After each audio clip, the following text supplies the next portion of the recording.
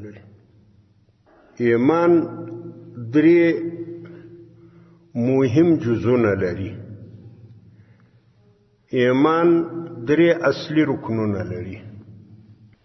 د ایمان اول جز دا ده چې الله جل جلاله سړی په الوهیت سره ومني.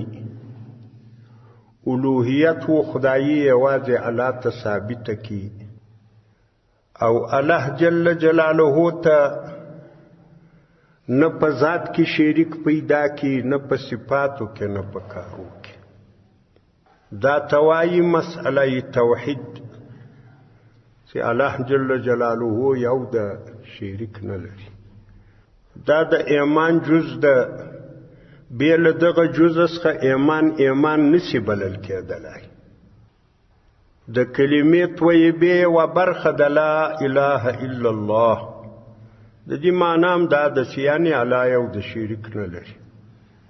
الله جل جلاله په ذات کې، په صفاتو کې، په کارو کې یو ده.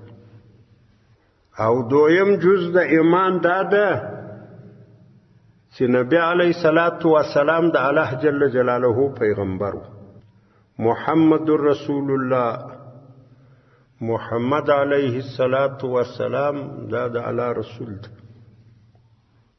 او دریم مهم جز دا ده چې قیامت راتلونکی ده.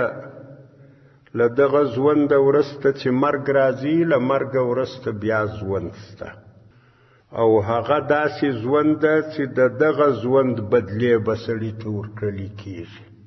چې دلته نیک اعمال کړي وو، هلته به نیکه بدله الله ورکوي. چې دلته بد اعمال کړي وو، هلته به بده بدله الله ورکوي. دا درې په ایمان کې مهمې خبرې دي. نبی علیه الصلاة والسلام د وخت پر خلکو باندې دغه درې خبرې عرض کړې. خلکو ته وویل چې یوه دا خبره تسلیم کړي چې الله یو د شریک نه لري. هغه وخت کې چې الله جل جلاله نبی علیه الصلاة والسلام پیغمبر راولېږي، په دا وخت کې درې قسمه انسانانو د دنیا پر مخ ژوند کاوه. دا در سره کافران. یو قسم داسې انسانان وو چې په عربي دنیا کې اوسېدلو مشرکین، یعنی الله جل جلاله خو یې منی، لیکن الله جل جلاله ته په خدایي کې شریکان ور پیدا کړي. د بتانو عبادتونه یې کول په دغه نیت. د دوی مشهور بتان لات، منات، عزا، صاف، نائله، فلان په ډېرو نومانو باندې بتان یې درلود. د دغو بتانو عبادت یې په دغه نیت کاوه چې دغه کم بتان چې دي دا عکسونه دي د پخوانو ښو خلکو. او دغه ښه خلک پر الله جل جلاله داسې خاطر لري که چیرې موږ د الله جل جلاله ناخوښه وو، هم دغه زموږ معبودان دا کولای سای چې پر الله باندې یو قسم د خپل خاطر او خپل اثر و رسوخ استعمال کې موږ په الله جل جلاله وبخشي. داسې یوه عقیده یې وه. نو د دغې عقیدې پر بنیاد یې د بتانو عبادتونه کول. بتان یې وسیله ګرځولي وو پخوانو نیکو خلکو ته. هغه نیک خلک د دوی په ذهن کې دا وو چې دا د الله جل جلاله څخه موږ خلاصولی شي. تعلیم الاسلام او د الله جل جلاله دغه دین نه و خوښ. نو ځکه الله جل جلاله پیغمبر راولېږی دی او هغه پیغمبر دی ته دا درس ورکوي چې دغه بت پرستی پرېږدئ، دا مه کوئ، دا کار غلط. او دا خبره دی ته له ذهنه ډېره لرې ښکاره شوه. بیخي یې هېڅ په طریقې سره ذهن نه منل.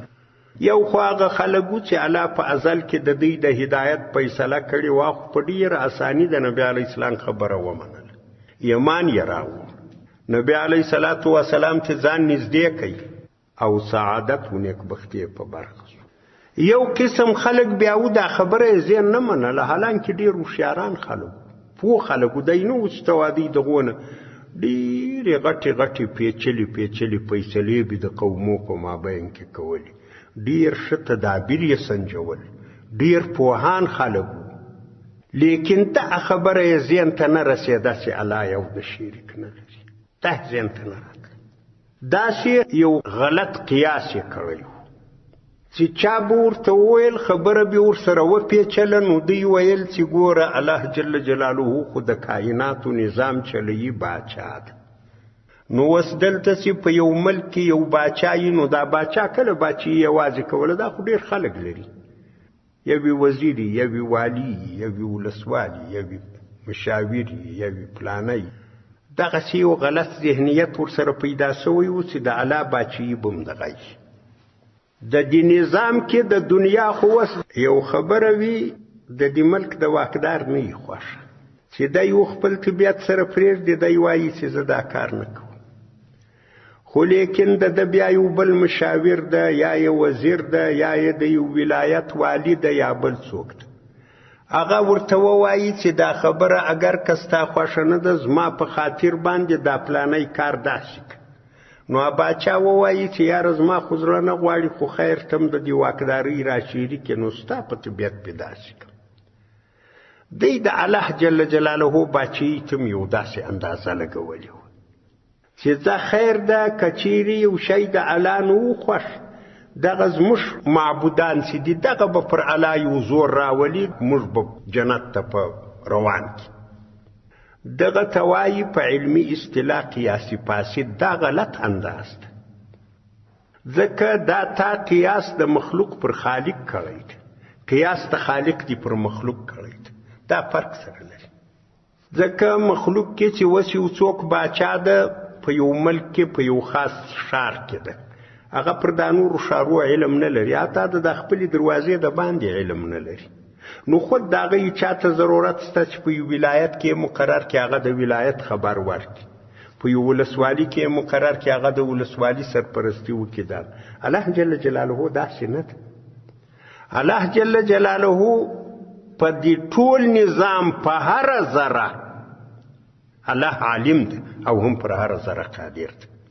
نو د الله بیا دې ته ضرورت نشته چې یا وزیر ځان ته پیدا کړي، یا ولسوال ځان ته پیدا کړي، یا والی، ضرورت یې نشته د الله، ځکه الله په خپله قادر ده. نو دا قیاس کافرانو کړی و، دا یو غلط قیاس و. دغه قیاس دی کفر او شرک ته بوولي و، له الله سره یې په الوهیت کې شریکان پیدا کړي و، له هغه کفر جوړ شوی و. نبی علیه الصلاة والسلام چې الله پیغمبر راولېږی، اولینه خبر یې دا ورکړه چې ته دې خلکو ته ووایه چې دغه شرک غلطه عقیده ده، تاسې یوازې د الله جل جلاله الوهیت تسلیم کړئ، دا حق خبر ده. دی باندې چې دا خبره عرض سوه، نبی علیه الصلاة والسلام بیا له دوی سره دا خبره وکړه. د نبی علیه الصلاة والسلام دغه خبره پر دې خلکو عرضول د دې مختلفې طریقې وي. ګوره مسله په ډېره اساني باندې نه ده راغلې، په دې کې سخت مشکلات او سخت تکلیفونه راغلي دي. نبی علیه الصلاة والسلام د دغې خبرې په بدل کې ډېر تکلیفونه بار کړي دي. نبی علیه الصلاة والسلام د دغې خبرې په بدل کې سخت ځورېدلی دی. دا خو ما مخکې تاسې ته وویل، یو ورځ مخکې دا خبره وکړه. یو دغه خبرې دي چې دا موږ یې تی ته کوو، یو هغه خبرې دي چې انبیاو خلکو ته کولې. د دې تر مابین ډېر فرق دی. موږ چې تاسو ته خبره کوو، خو الحمدلله جامعه د اسلام ده، ټولنه اسلامي ده، د خلکو په زړو کې د ایمان وزن ده، خلک ټول دې خبرې ته راغب دي چې کم سړی دا خبره ورته کوي د الله د دین خبره، هغه سړي سره یې محبت وي، د هغه عزت کوي، هغه ته په درنه سترګه ګوري، نو بیا دا خبرې کول اسانه دي. اوس ما ته اسانه دي، پر لوړ ځای درته ناست یم، ښه پوست، څوک مې مخالفت نه کوي. د انبیاو حال داسې نه و. انبیاو سره مقابلې کېدې، انبیاو ته اختارونه ورکړل کېدو، انبیاو ته د مرګ ګواښونه کېدو، انبیاو ته د مرګ منصوبې جوړېدې. ما پاتېره جمعه کې هم تاسو ته وویل نوح علیه السلام د الله جل جلاله پیغمبر ده. نوح علیه السلام نه 900 کاله د توحید درس و خلکو ته ورکړی دی. نه 900 کاله بیخي ډېر وخت. او په دې نه 900 کاله کې د ده له دې خلکو سره ګزاره دا وه چې ده به د توحید درس خلکو ته شروع کوي، خلک به په راټول سو، دونه به وواو د هغو له وهلو به دی بیران سي. د دوی به عقیده داسې وه چې دا مړ سو، دوی به ځینې ولاړ. دی چې بله هغه حالت څخه سم شي بیا به پر رئیسۍ بلې ټولنې ته به خبره شروع کړه. د دې دین اول وار حقیقت په دغه انداز باندې خپر شوی دی. نبی علیه الصلاة والسلام داسې مشکلات بار کړي دي. ما مخکې ته وویل نبی علیه الصلاة والسلام په حرم شریف کې پر لمانځه ولاړ ده، بیت الله شریف ته نږدې یو سړی راځي، عقبه بن ابي معیط په نامه یو شدید کافر، دا په غاړه کې څادر ور اچي، غورځي یې خفه کوي، اراده یې دا ده چې مړ کړي. بیا ابوبکر صدیق صاحب راځي، نبی علیه الصلاة والسلام ځینې خلاصوي. نبی علیه الصلاة والسلام په حرم شریف کې لمونځ کاوه، خلک هلته سره ناستو، خپل مجلس یې تازه کاوه، سره ویې ویل چې څوک به د فلاني وښه لنګه د هغه د هغې نجاست و مرداري دا به راوړي پر غزار بکي چې د ده توهین وشي. یو سړي دا کار وکړي. بیا فاطمه رضی الله عنها راله، د ده له شایه مرداري سره لرې کړه. ګوره دا څونه شدید حالت.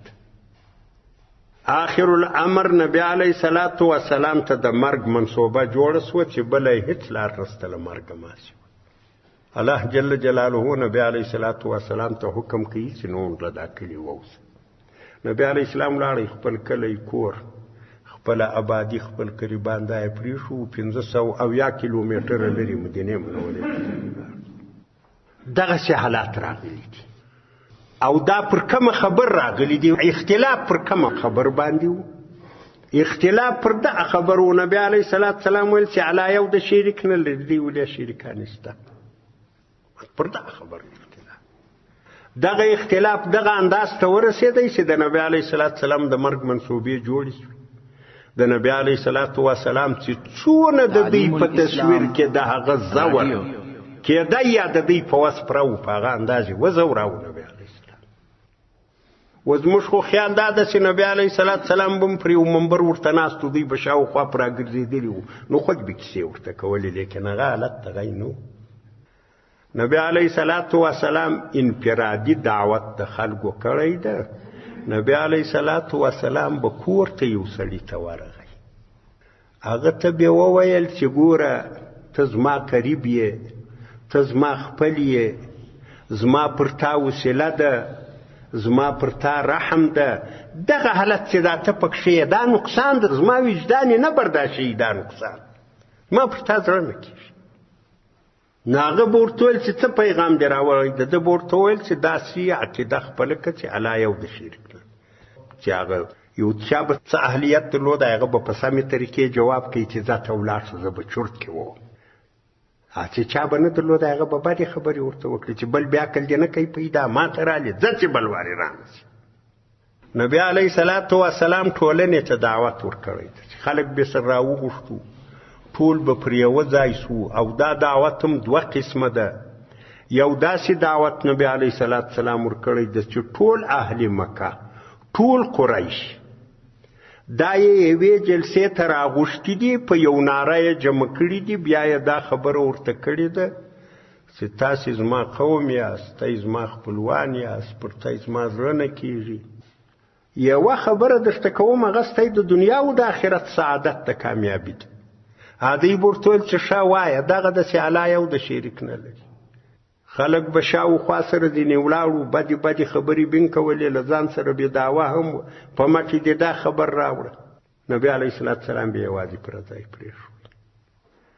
نبی علیه الصلاة والسلام خپل قریبان راوبلل، بني هشم خاندان، اکاګان، د اکا زامن، خپلوان. هغو ته یې وویل چې تاسو خو زما کورنۍ یاست، زما خپلوان یاست، دا خبره راسره ومنئ. ابي لهب ورته وویل چې ته موږ له ټولې عربي دنیا سره جنګوې، دا زموږ په وس نه ده. کاکا دا خبرې یې لکه ابي لهب یې څه اکا او د پلار ورور یو. نو دغه حالاتو سره نبی علیه الصلاة والسلام مخامخ شوی ده. د دغه خبرې په بدل کې چې اول وار الله جل جلاله نبی علیه الصلاة والسلام ته دا پیغام ورکړی ده چې خلکو ته دا خبر وکړه چې الله یو د شریک دغه کم څوک چې دی د الله سره شریکان ګرځولي دي یو د نومان یې پرېښي دي فلان دا نومان غلط دی دا پالیسي غلطه ده دا دین غلط یوازې د الله جل جلاله الوهیت دی ومني یوازې الله جل جلاله ته تسلیم سي